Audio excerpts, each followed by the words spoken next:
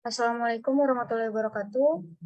Kami dari kelompok 4 ingin mempresentasikan dari Group and Organization yang beranggotakan Adelina Mariana Siregar, Fajrina Cumadila Putri Sukmadi, dan saya sendiri Rolanda Hapsari. Oke, di sini ada kontennya. Pertama ada latar belakang, studi kasus, pembahasan dan kaitan dengan studi kasus, dan lalu ada perspektif tulisan, dan kesimpulan dan saran. Next slide akan dibacakan oleh rekan saya.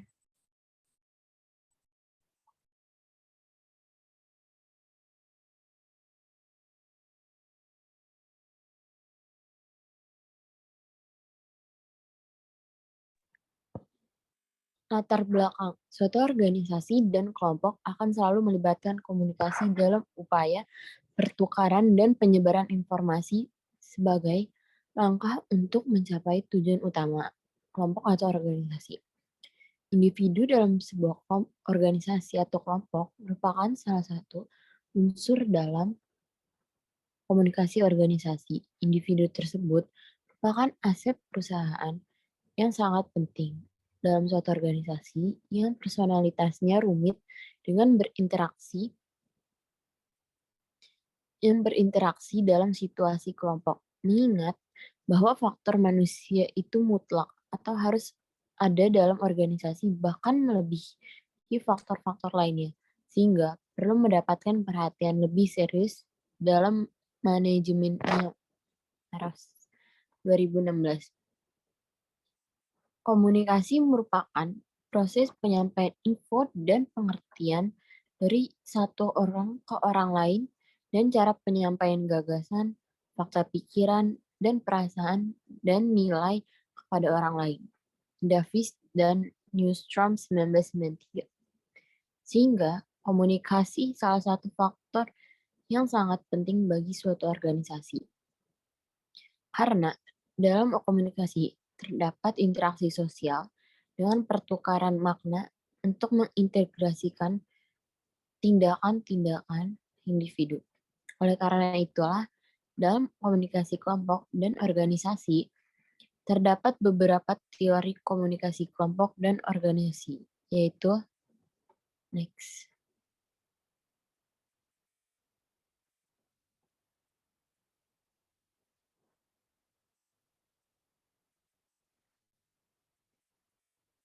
Dalam komunikasi kelompok dan organisasi, terdapat beberapa teori untuk memahami komunikasi kelompok dan organisasi itu. Pertama, yaitu adalah grouping. Grouping merupakan suatu cara pertimbangan dan cara berpikir yang digunakan anggota kelompok dalam proses pengambilan keputusan yang terjadi pada kelompok yang sangat kohesif, di mana anggota-anggota berusaha mempertahankan konsensus kelompok sehingga kemampuannya kritis tidak efektif lagi. Selanjutnya ada strukturasi teori atau teori strukturasi. Dalam pengertian umum, strukturasi memungkinkan orang untuk memahami pola perilaku mereka. Secara khusus, strukturasi merupakan proses di mana sistem diproduksi dan direproduksi melalui penggunaan aturan oleh anggota dan sumber daya. Paul Seibold dan P. 1996.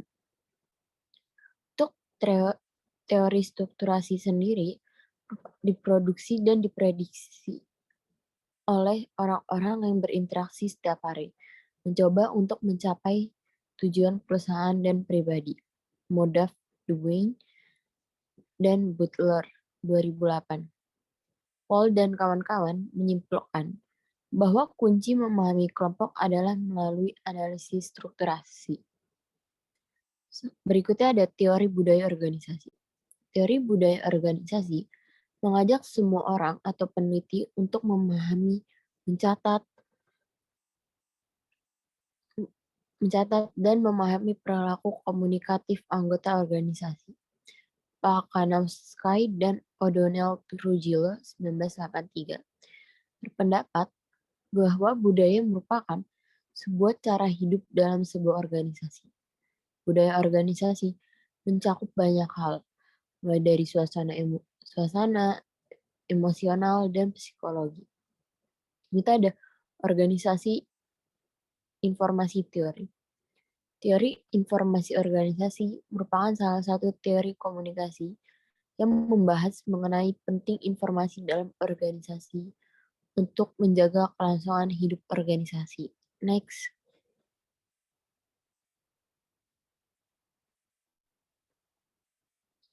Selanjutnya akan dilanjutkan oleh rekan saya. Selanjutnya ada studi kasus. Studi kasus yang kita ambil yaitu kasus terbunuhnya Brigadir Joshua di rumah dinas Irjen Verdi Sambo hampir berjalan lebih dari 1 bulan.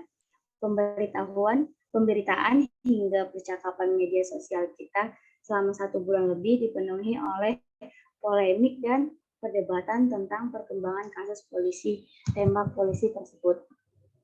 Publik sedari awal sudah dibikin janggal sejak peristiwa tersebut diumumkan setelah 3 hari pasca kejadian, sehingga kronologi serta penjelasan yang disampaikan polisi kurang bisa diterima akal sehat. Artinya, publik merasa di awal proses penanganan kasus tersebut ada upaya dari polisi untuk menutupi fakta yang sesungguhnya dan memaksa skenario rekayasa tertentu sebagai metanarasi yang kemudian mencoba digunakan untuk menyusun body of crime dari kasus terbunuhnya Brigadir inisial J itu. Namun dalam perkembangannya, skenario awal yang dibangun tidak mampu menjawab berbagai macam pertanyaan dan kekritisan publik. Artinya, dalam skenario yang dibangun lambat laun semakin lapuk dan keropos, semacam terlegitimasi oleh kekritisan publik. Next.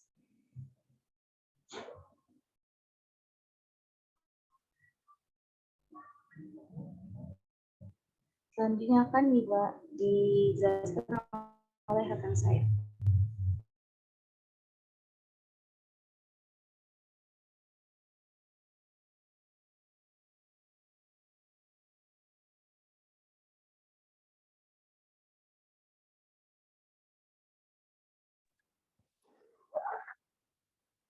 Satu, groupthink.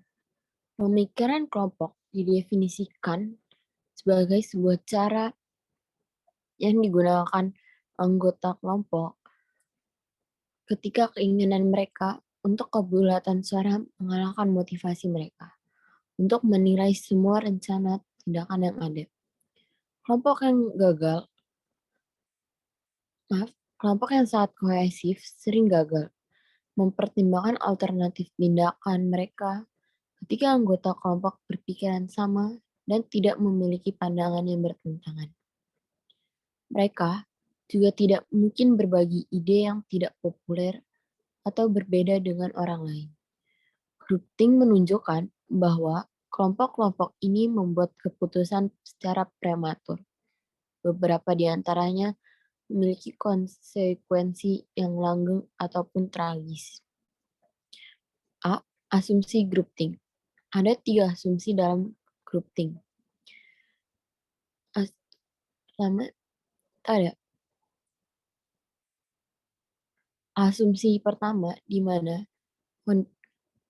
kelompok yang bersatu dan memiliki semangat yang tinggi bisa dibilang sebagai sebuah kelompok kohesi. Kohesi muncul dari sikap, nilai, dan perilaku kelompok.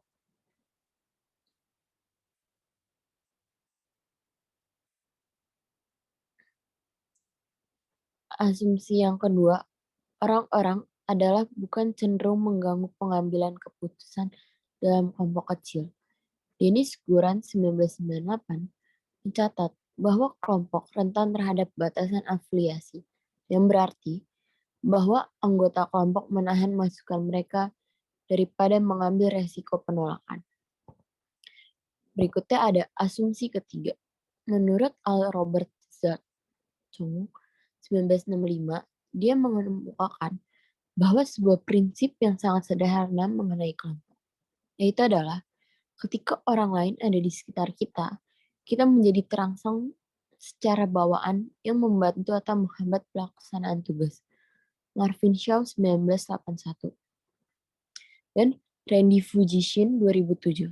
Mereka mencatat bahwa berbagai pengaruh ada dalam kelompok kecil, usia anggota kelompok, sifat kompetitif anggota kelompok, ukuran kelompok, kecerdasan anggota kelompok, komposisi gender kelompok, dan yang terakhir, gaya kepemimpinan yang muncul dari dalam kelompok tersebut. Selanjutnya, latar belakang budaya anggota kelompok individu dapat mempengaruhi proses kelompok. Contohnya, banyak budaya tidak mengutamakan komunikasi yang terbuka dan ekspresif. Beberapa anggota kelompok mungkin menahan diri dari debat ataupun dialog. Homogenitas inilah yang memiliki kesamaan dalam sebuah kelompok. Kesamaan ini merupakan salah satu ciri yang dapat menumbuhkan grouping. Next.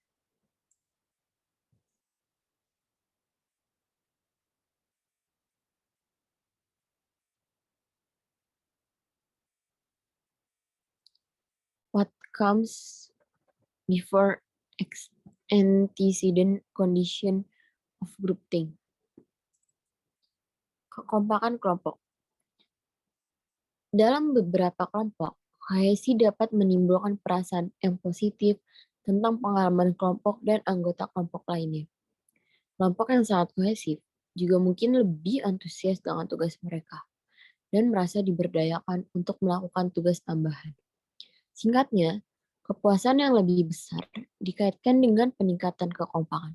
Terlepas dari itu, kekompakan kelompok juga dapat berpengaruh negatif bagi para anggotanya, di mana memberikan tekanan yang besar pada anggota mereka untuk menyesuaikan diri dengan standar kelompok. Contohnya, saat sedang kita berdiskusi kelompok, di mana anggota kelompok lain setuju akan satu sama lain dan menarik kesimpulan, mungkin saya akan berpikir dan bertanya kepada teman di sebelah saya, apakah keputusan ini yang terbaik dalam masalah ini? Seperti itu.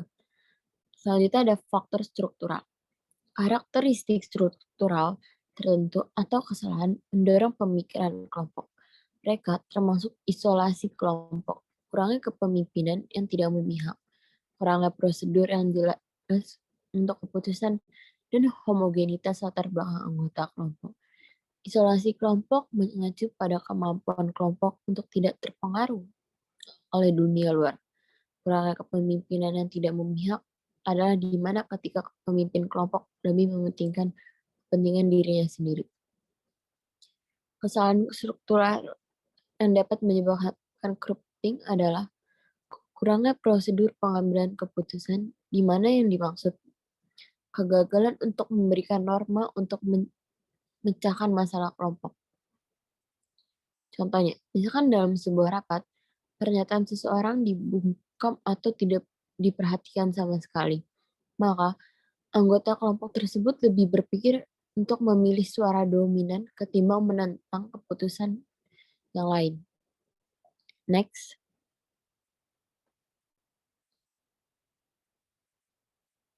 Stres kelompok.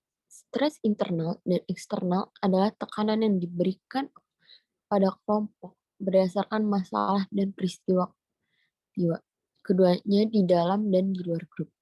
Kelompok seringkali mengisolasi diri mereka dari kritik di luar sana, serta membentuk apa yang merupakan ikatan dan akhirnya mencari kesepakatan bersama. Contohnya, misalnya minggu depan kelompok kami harus berpresentasi, tetapi kelompok kami belum siap karena banyak tugas yang lain yang harus diselesaikan secara bersamaan. Kelompok kami tahu bahwa ada kelompok lain di kelas kami yang lebih siap untuk presentasi. Kelompok kami pun berpikir bagaimana caranya agar kami bisa menyelesaikan tugas kami dan tetap dapat presentasi minggu depan. Itu merupakan salah satu contohnya. C. Symptom of grouping. James 1982 mengamati bahwa terdapat 3 kategori dalam gejala grouping. Yang pertama, melebih-lebihkan kelompok. Melebih-lebihkan kelompok ini terbagi oleh dua, yaitu ilusi kekebalan dan keyakinan akan moralitas yang melekat di kelompok. Ilusi kekebalan merupakan keyakinan bahwa kelompok itu cukup istimewa untuk mengatasi rintangan yang ada. Sedangkan keyakinan akan moralitas yang melekat di kelompok, asumsi bahwa anggota kelompok adalah bijaksana dan baik. Karena itu, keputusan yang mereka buat akan berjalan dengan baik. Next.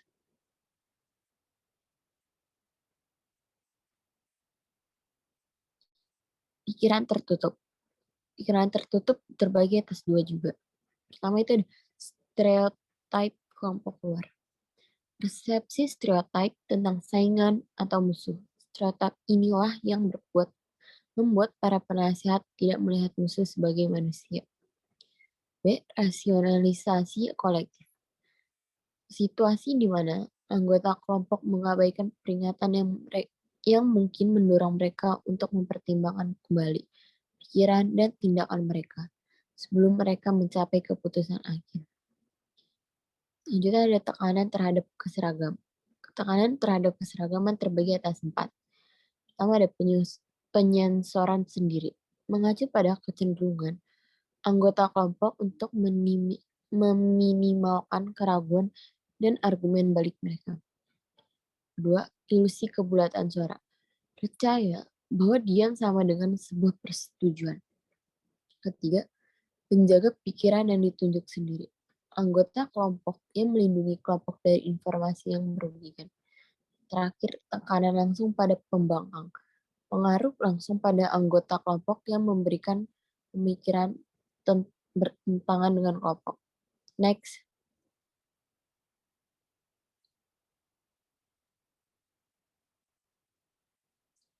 Group think about it, it's all around us. Dalam skala yang lebih kecil, dan seperti yang telah kita singgung di sebelumnya, pemikiran kelompok terjadi di sekitar kita dalam kelompok-kelompok kecil yang kurang kritis. Think before you act, way to prevent groupthink. Harriet Janis dan Hood 1987 menunjukkan bahwa kelompok terlibat dalam pengambilan keputusan yang waspada, yang melibatkan 1. Melihat berbagai tujuan yang ingin dicapai dari masing-masing anggota kelompok. 2. Mengembangkan dan meninjau rencana tindakan dan alternatif. 3. Mengeksplorasi konsekuensi dan setiap alternatif. 4. Menganalisis rencana tindakan yang ditolak sebelumnya ketika informasi baru muncul.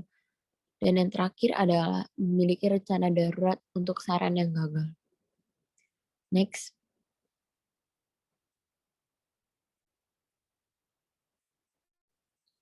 Untuk menghindari masalah groupthink, Hart 1990 telah mengusulkan 4 rekomendasi umum untuk kelompok yang mungkin rentan terhadap groupthink. 1. Memerlukan pengawasan dan kontrol.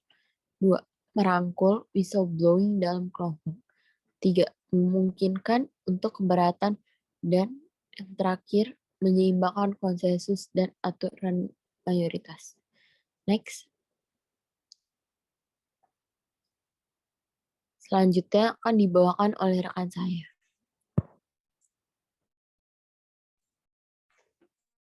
Yang kedua ada Structuration of Theory. Gideon 1979-1993 memandang bahwa strukturasi sosial itu sebagai pedang bermata dua. Kenapa? Karena struktur dan aturan dapat membatasi perilaku kita dengan yang lainnya. Namun di lain itu, aturan ini juga memungkinkan kita untuk memahami dan berinteraksi dengan orang lain. Dengan adanya aturan dan struktur dapat memandu kita dalam membuat keputusan bagaimana kita diharapkan untuk berperilaku. Gideon 1984 juga menunjukkan bahwa kunci untuk memahami komunikasi yang terjadi dalam kelompok dan organisasi itu dengan memeriksa struktur yang menjadi fondasinya. Kemudian, Gideon sendiri membuat perbedaan antara konsep, sistem, dan struktur. Syarat sistem sendiri mengacu pada kelompok atau organisasi itu. Dan serta dan serta perilaku yang dilakukan kelompok untuk mengejar tujuan.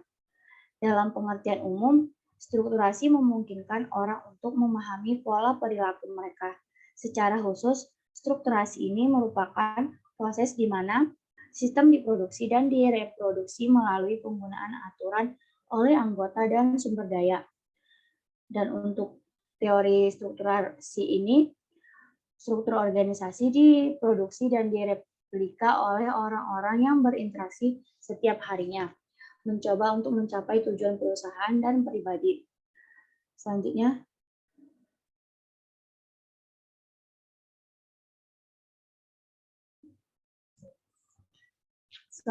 ada asumsi dari teori strukturasi. Yang pertama itu kelompok dan organisasi diproduksi dan direproduksi melalui penggunaan aturan dan sumber daya. Asumsi ini mengusulkan bahwa setiap tindakan menghasilkan produksi sesuatu yang baru.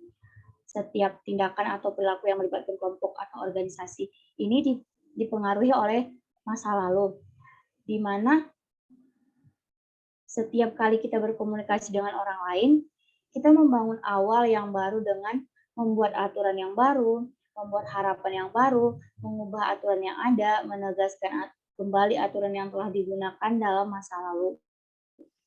Kemudian yang kedua itu ada aturan komunikasi berfungsi sebagai media dan hasil interaksi. Asumsi ini adalah gagasan bahwa aturan secara bersamaan memberikan pedoman dan membatasi perilaku kelompok. Struktur kelompok sendiri mencakup jaringan aturan dan sumber daya yang digunakan dalam membuat keputusan tentang perilaku komunikasi yang diharapkan. Yang ketiga itu ada struktur kekuasaan hadir dalam organisasi dan memandu proses pengambilan keputusan. Asumsi ketiga ini memandu teori strukturasi, menyatakan bahwa kekuasaan merupakan kekuatan yang berpengaruh dalam mencapai keputusan dalam organisasi atau kelompok. Gideon sendiri percaya bahwa kekuasaan adalah jalan dua arah, di mana setiap kali dua orang terlibat dalam komunikasi satu sama lain, keduanya itu memiliki sumber tingkat kekuatan tertentu yang membawa mereka ke dalam interaksi. Selanjutnya,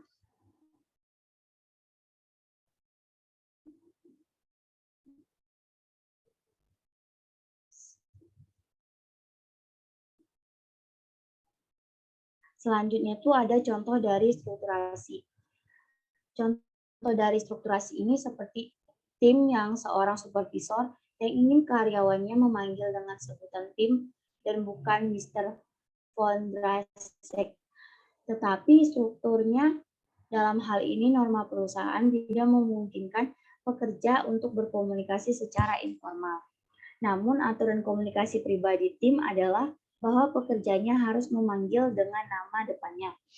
Aturannya didasarkan pada pelatihan yang mengajari tim bahwa dalam situasi ini akan lebih baik bagi moral pekerja jika bawahannya diizinkan untuk memanggil tim. Keputusan tim untuk memberitahu Jeremy ini mendukung menjaga hal-hal sebagaimana adanya untuk saat ini. Tidak hanya didasarkan pada satu aturan, tetapi juga pada kekuatan tim sebagai supervisor di organisasi ini.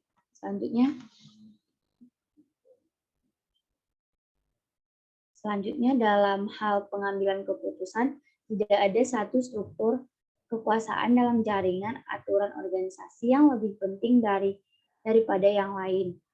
Gideon sendiri memandang kekuasaan sebagai jalan dua arah, yaitu fakta bahwa seorang aktor bahkan diundang untuk berpartisipasi dalam diskusi dan mengambil keputusan yang menunjukkan bahwa ia memiliki sejumlah kekuasaan atas orang lain. Next.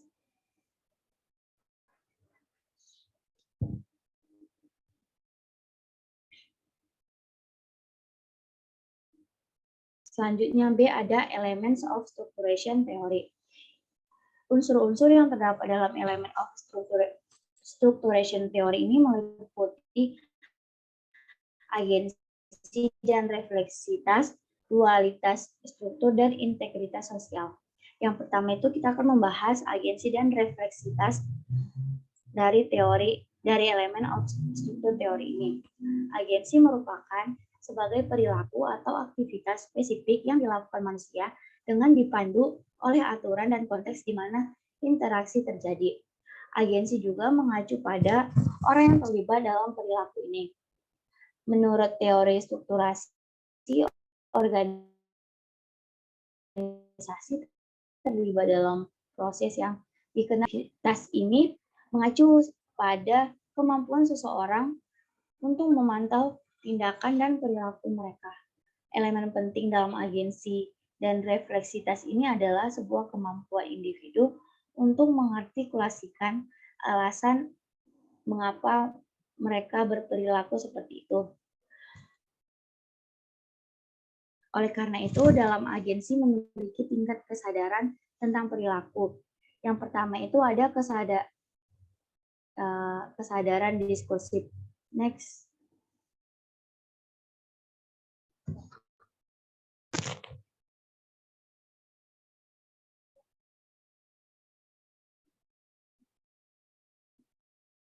Yang pertama ada kesadaran diskursif.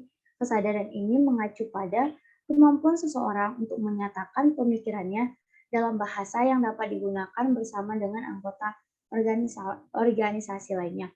Contohnya itu ketika seseorang mengusulkan suatu ide dan dapat menjelaskan ide yang diusulkan itu dengan pengalaman masa lalunya yang bahwa ide itu berhasil, maka ia menggunakan kemampuan kesadaran diskursifnya. Selanjutnya,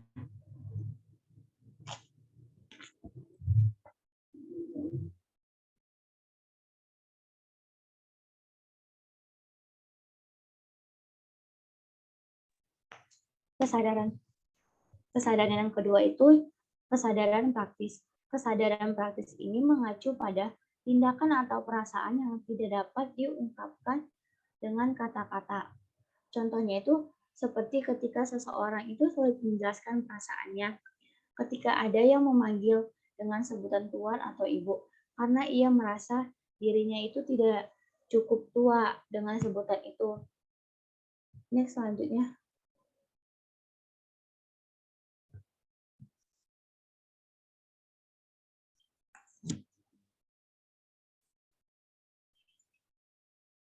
Elemen kedua yaitu duality of structure. Prinsip duality dari struktur ini yaitu anggota organisasi bergantung pada aturan dan sumber daya untuk memandu keputusan mereka tentang perilaku atau tindakan yang akan mereka gunakan dalam komunikasi mereka. Dalam teori struktural ini, istilah aturan sendiri digunakan untuk merujuk pada rutinitas umum yang dimiliki atau diikuti organisasi dalam mencapai tujuannya. Nah, elemen penting dalam memahami mengapa beberapa aturan ditegakkan atas yang lain terletak pada pemahaman kekuatan yang dimiliki agen tertentu dalam proses pengambilan keputusan. Dalam duality of structure ini terdapat sumber daya yang mengacu pada kekuatan yang dibawa individu ke kelompok atau organisasi. Nah, kekuatan ini berpengaruh karena memimpin individu untuk mengambil tindakan. Dalam organisasi terdapat dua jenis sumber daya. Yang pertama itu ada sumber daya alokasi. Sumber daya ini merupakan bantuan material yang dihasilkan oleh sebuah organisasi untuk membantu kelompok dalam mencapai tujuannya. Kemudian yang kedua ada sumber daya otoritatif. Sumber daya otoritatif ini lebih mengacu pada karakteristik interpersonal yang digunakan dalam interaksi komunikasi.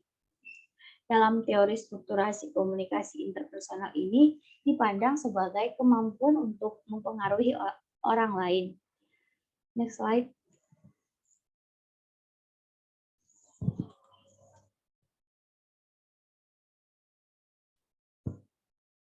Kemudian C ada application of time and space. Teori struktur percaya bahwa semua interaksi sosial dalam suatu kelompok atau organisasi ini terdiri dari dimensi temporal atau waktu dan spasial atau ruang. Komunikasi atau interaksi aktual yang terjadi dalam organisasi dapat diperiksa sebagai yang ada secara real time dan sebagai yang terjadi dalam ruang nyata. Pada dasarnya, ruang dipandang sebagai elemen konseptual yang memiliki makna bagi berbagai anggota suatu kelompok atau organisasi. Unsur waktu dan ruang ini merupakan faktor yang memungkinkan kita untuk terlibat dalam komunikasi. Selanjutnya,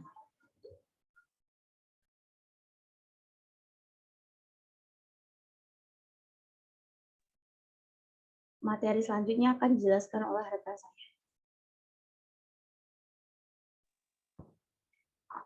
Materi berikutnya yaitu adalah organisasi cultural theory atau teori organisasi budaya.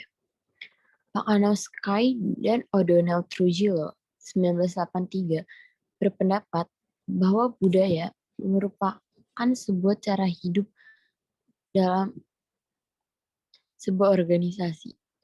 Budaya organisasi mencakup banyak hal, mulai dari suasana emosional dan psikologis. Budaya organisasi juga termasuk semua simbol, tindakan, rutinitas, percakapan, dan sebagainya. Dan makna yang dilekatkan orang pada simbol-simbol tersebut. Sebuah makna dan pemahaman terhadap sebuah budaya dapat dicapai dengan melalui sebuah interaksi. Next.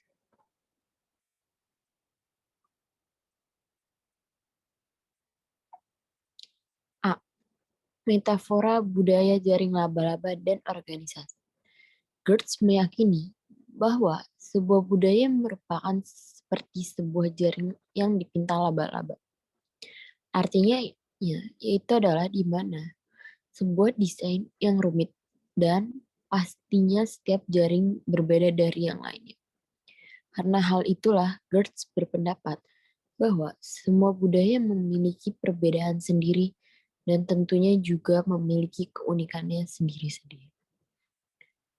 Pakanowski dan O'Donnell Trujillo juga meyakini bahwa setiap anggota organisasi tertentu berkontribusi pada budaya sebuah perusahaan. Hal ini mungkin bisa kita temukan saat mereka melakukan gosip, lelucuan, pengkhianatan, atau terlibat secara romantis dengan anggota perusahaan lainnya. Kita ada B. Asumsi teori budaya organisasi.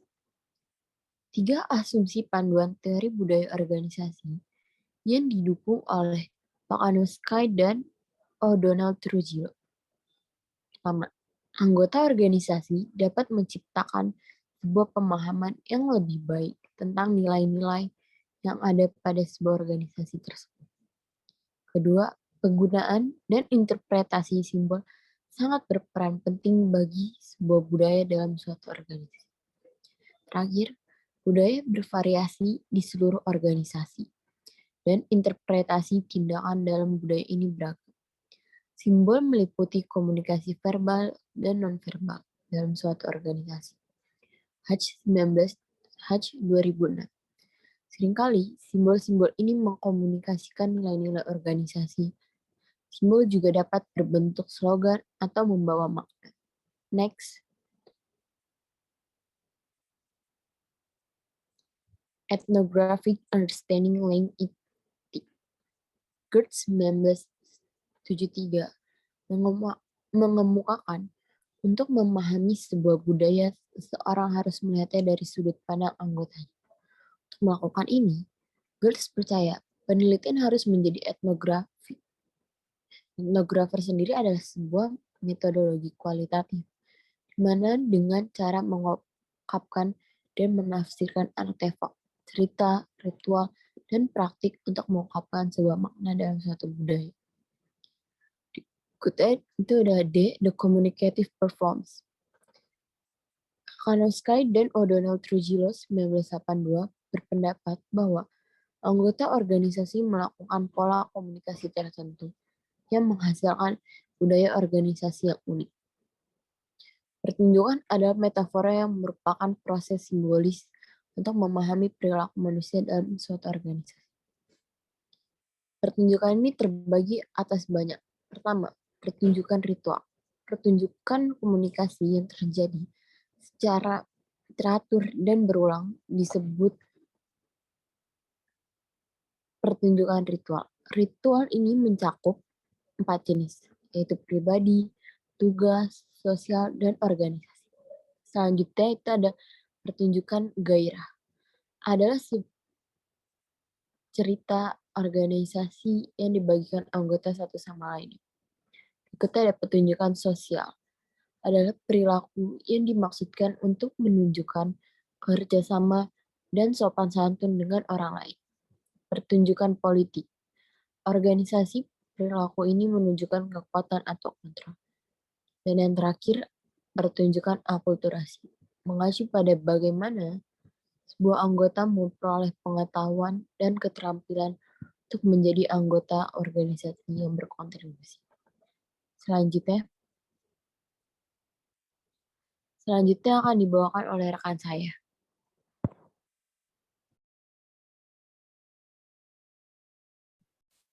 Keempat, Organizational Information Theory. A. Pengertian teori informasi organisasi. Teori informasi organisasi dikembangkan oleh Carl Guth. Organisasi adalah suatu sistem yang mengumpulkan, mengelola, dan menggunakan informasi yang mereka terima berdasarkan lingkungan yang masih membingungkan. Teori informasi organisasi merupakan salah satu teori komunikasi yang membahas tentang pentingnya penyebaran informasi dalam organisasi untuk menopang kelangsungan hidup organisasi. Teori ini menekankan proses di mana individu mengumpulkan, mengelola, dan menggunakan informasi. Ada dua perspektif utama, yaitu teori sistem umum dan teori evolusi sosial budaya Darwin. Teori sistem umum muncul pertama kali didahului oleh lahirnya teori sibernetika, sistem keteknikan dan bidang pengetahuan yang saling berhubungan. Teori sistem umum merupakan keseluruhan yang sampai sekarang masih dianggap sebagai konsep yang semi metafisik dan tidak jelas. Teori evolusi sosial budaya Darwin adalah evolusi tersebut dapat terjadi dikarenakan adanya seleksi alam. Charles Darwin menjelaskan adaptasi ini dalam istilah mutasi yang memungkinkan organisme untuk mengatasi berbagai lingkungan mereka. Selanjutnya ada asumsi dasar pada teori informasi organisasi. Teori informasi organisasi memiliki banyak asumsi dasar, seperti organisasi manusia ada dalam lingkungan informasi. Asumsi ini menyatakan bahwa organisasi mengandalkan informasi untuk berfungsi secara efektif dan mencapai tujuan mereka.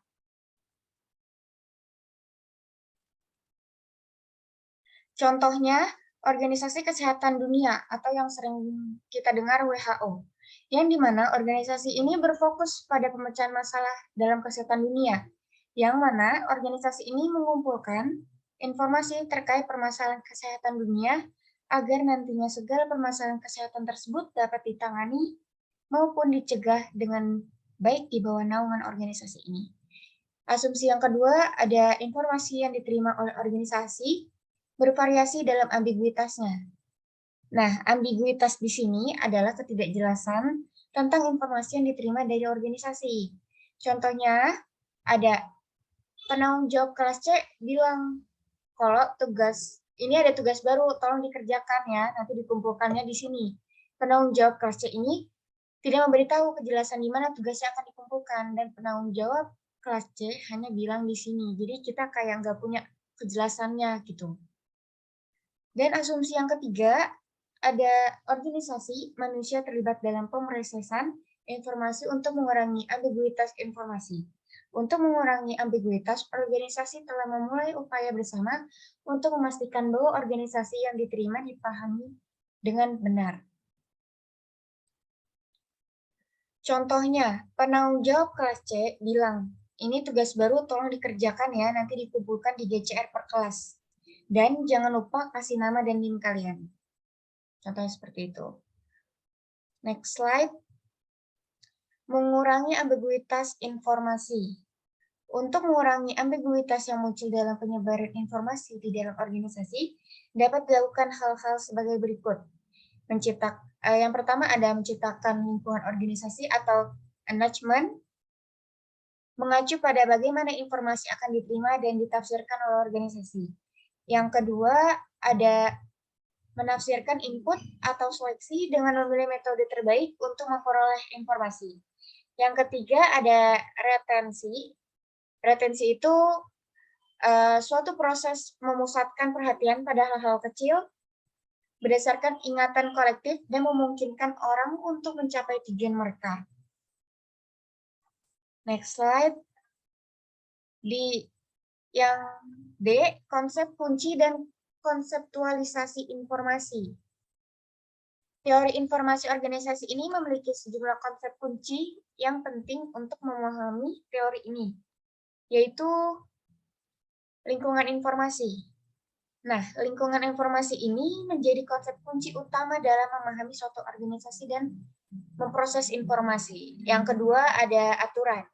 Strategi pertama mengharuskan organisasi menentukan aturan untuk mengurangi tingkat ketidakjelasan input pesan, serta memilih respon yang tepat terhadap informasi yang diterima. Yang ketiga atau yang terakhir ada siklus. Nah, siklus ini informasi yang sangat diterima sangat samar-samar. Organisasi dapat terlibat dalam serangkaian perilaku komunikasi dalam upaya untuk mengurangi tingkat ambiguitas. Next slide.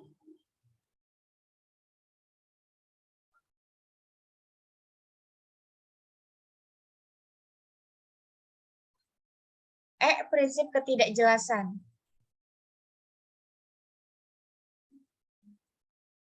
Organisasi menggunakan 3 prinsip ketika berhadapan dengan ketidakjelasan.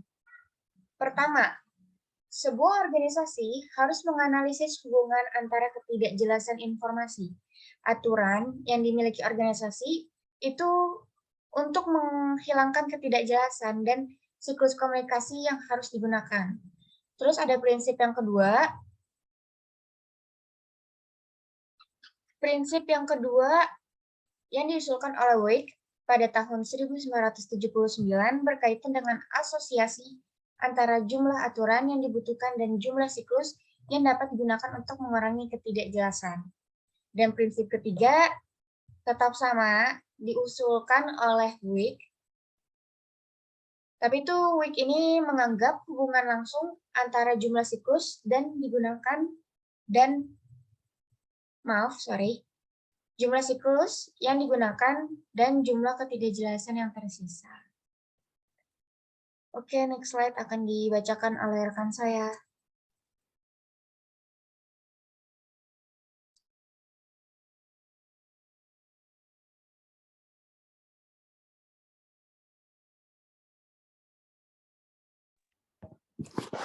Kita ada kaitan pembahasan dengan studi kasus.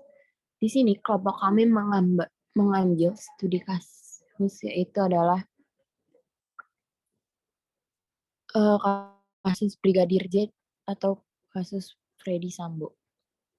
Kasus terbunuhnya Brigadir Yosua di rumah dinas Irjen Freddy Sambo hampir berjalan lebih dari 1 bulan. Pemberitaan hingga mencakup media sosial kita selama 1 bulan.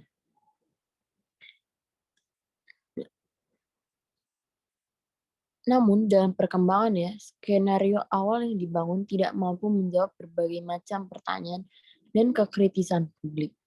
Artinya, skenario yang dibangun lambat laun semakin lapuk dan kropos, semacam terlegitimasi oleh kekritisan publik. Hal ini membuat kredibilitas institusi Polri dipertaruhkan. Besar kemungkinan jika kasus tersebut tidak diselesaikan secara transparan dan profesional. Layaknya sebuah pepatah kuno, karena nilai setitik rusak susu sebelum. Tetapi yang menjadi pertanyaan kita semua, apa yang membuat penanganan kasus tersebut sama? Menurut kami, kenapa kasus ini sangat cocok untuk materi kelompok kami itu adalah dalam kasus ini kami mengaitkannya dengan salah satu materi kelompok kami yaitu groupthink. Di mana groupthink ada dalam sebuah kelompok yang terlalu kohesi dapat mengakibatkan sehingga terbangun rasionalisasi kolektif dengan cara membenarkan segala hal yang salah pada seakan-akan hal tersebut adalah benar.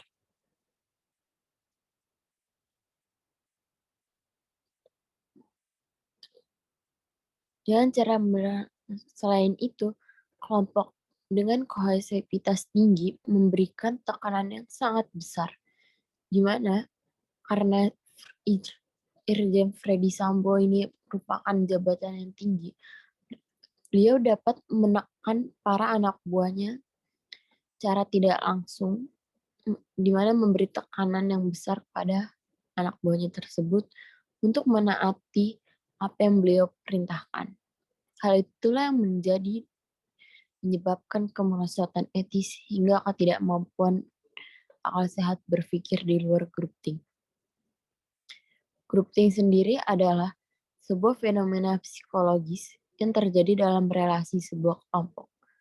Groupthink tentunya adalah salah satu hal positif bagi semua organisasi, namun itu akan berdampak buruk jika organisasi tersebut terlalu kuat.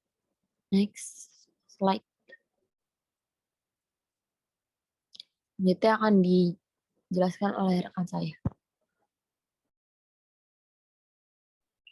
Kemudian ada perspektif tulisan. Next slide.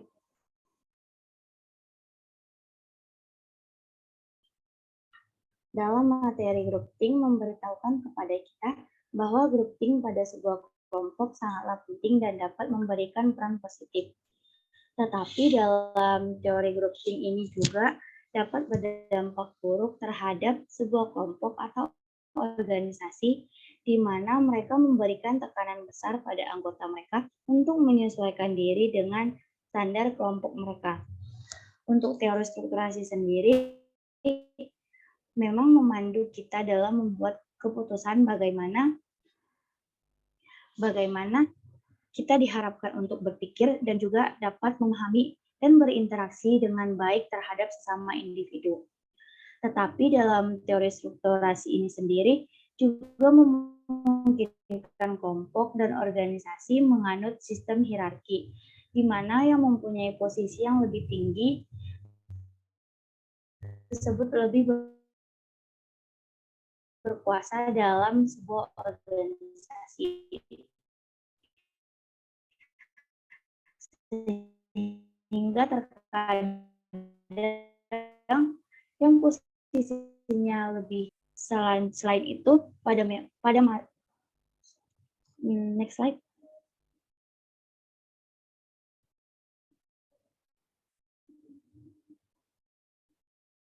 Selanjutnya akan dijelaskan oleh rekan saya.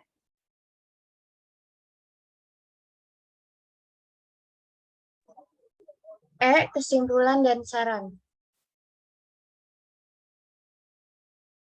Kesimpulannya adalah organisasi dan kelompok terus-menerus membutuhkan komunikasi untuk berbagi dan mendistribusikan informasi untuk mencapai tujuan utama mereka. Individu dalam sebuah kelompok dan organisasi adalah elemen komunikasi organisasi. Individu adalah aset perusahaan yang paling penting dalam suatu organisasi dan kepribadian mereka diperumit oleh interaksi mereka dalam situasi kelompok. Komunikasi merupakan proses penyampaian info dan pengertian dari satu orang ke orang yang lain, dan cara penyampaian gagasan, fakta pikiran, perasaan, dan nilai kepada orang lain. Davis Newstrom, 1993.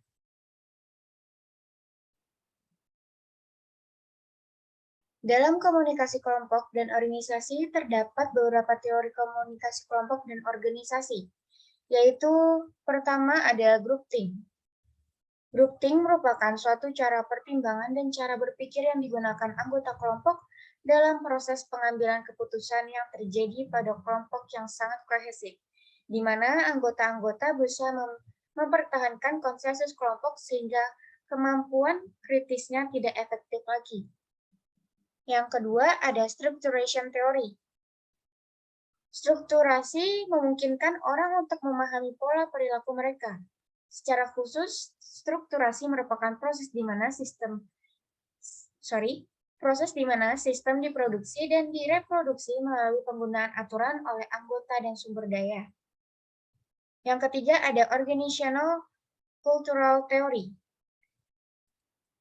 Teori budaya organisasi mengajak semua peneliti untuk mengamati, mencatat, dan memahami perilaku komunikatif anggota organisasi.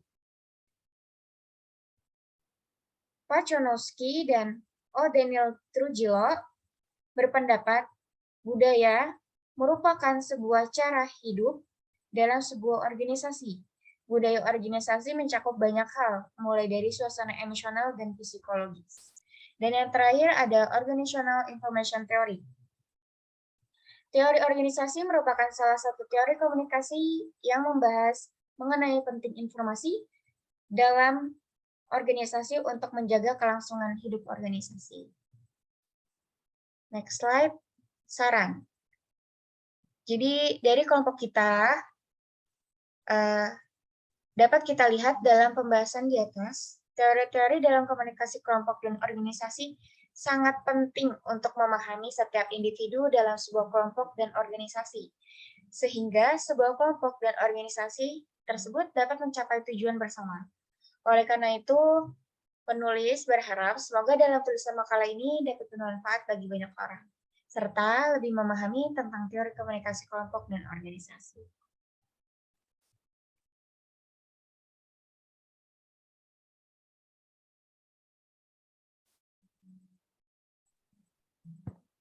Next. Kami dari kelompok. Baik, dilanjutkan oleh rekan saya. Mohon maaf sebelumnya. Sekian dari kelompok kami, kurang lebihnya mohon maaf. Wassalamualaikum warahmatullahi wabarakatuh.